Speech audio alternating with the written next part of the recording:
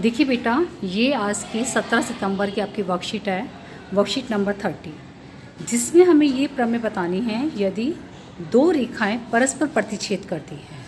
यानी आप ये देखिए फिगर में दो रेखाएं ए बी और सी डी परस्पर एक दूसरे को बिंदु ओ पर काटती हैं। तो जब दो रेखाएं प्रतिच्छेद करेंगी तो कितने कोण बनेंगे? 4 कोण। कैसे? एक, मान लीजिए इसको हमने माना कोण 1, कोण 2, कोण 3, कोण 4। आप कैसे भी नंबरिंग कर सकते हो। सपोज़ मैंने ऐसे मानी कोण 1, उसके सामने कोण 2, कोण 3, कोण 4, 4 कोण बनेंगे जब दो रेखाएं प्रतिच्छेद करेंगी। तो ये जो आमने सामने के सम्मुख कोण होते हैं, ये जो आमने सामने के सम्मुख कोण होते हैं, इसे हम क्या कहते हैं? शीर्षाभिमुख कोण। कौन से कोण? यानी कोण 1 का शीर्षाभिमुख कोण कौन सा? कोण 2। कोण 3 का शीर्षाभिमुख कोण क्या है? कोण 4। तो हमारी थ्योरम क्या कहती है? यदि दो रेखाएं परस्पर प्रतिच्छेद करती हैं तो सिद्ध कीजिए इस तरह से बने सम्मुख कोण, शीर्षाभिमुख कोण कैसे होंगे? शीर्षाभिमुख कोण कैसे होंगे? बराबर। यानी कोण 1 बराबर होगा कोण 2 के, कोण 3 बराबर होगा कोण 4 के। अब देखिए हमें क्या दिया हुआ तो सिंपल है। क्या? दो रेखाएं ए बी और सी डी परस्पर बिंदु ओ पर प्रतिच्छेद करती हैं। आप देखिए दो रेखाएं ए बी और सी डी आपस में एक दूसरे को किस पर काट रही हैं? बिंदु ओ पर। तो इस तरह से शीर्षाभिमुख कोणों के दो जोड़े बनते हैं। कौन कौन से? कोण 1 और कोण 2, कोण 3 और कोण 4। ठीक है। अब देखिए इधर देख लो, दो आमने सामने के जोड़े बने ना। कोण 1 का जोड़ीदार कोण 2, कोण 3 का कोण 4। Is it okay? दिया है, एक बार और देख लीजिए आप। दो रेखाएं ए बी और सी डी परस्पर बिंदु ओ पर प्रतिच्छेद करती हैं, अतः इस तरह से शीर्षाभिमुख कोणों के दो युग्म कोण 1 और कोण 2 व कोण 3 और 4 बनते हैं। अब सिद्ध क्या करना है? सिद्ध हमें करना ये बराबर है, यानी कोण 1 बराबर कोण 2 के। यानी कोण 1 का मान 50 डिग्री है तो कोण 2 का मान भी ऑटोमेटिकली कितना होगा? 50 डिग्री। ठीक है ना। कोण 3 का मान लो 60 डिग्री है तो कोण 4 का भी 60 डिग्री होगा। क्लियर बेटा? उत्पत्ति देखिए, सो सिंपल उत्पत्ति।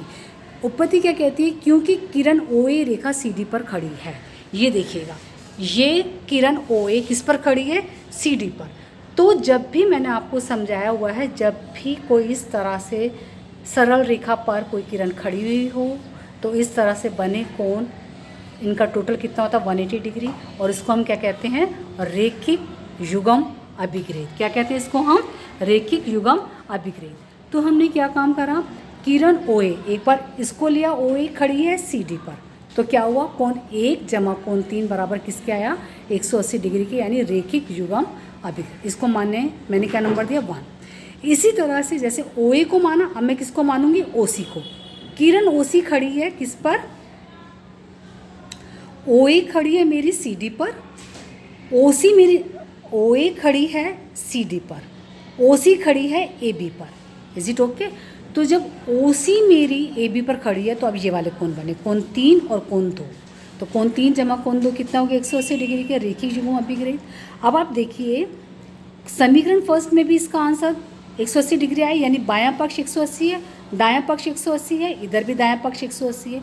तो जब दायां पक्ष दाएं पक्ष के बराबर होता है तो बायां पक्ष भी परस्पर बराबर होगा, भले वो दिखने में डिफरेंट हो।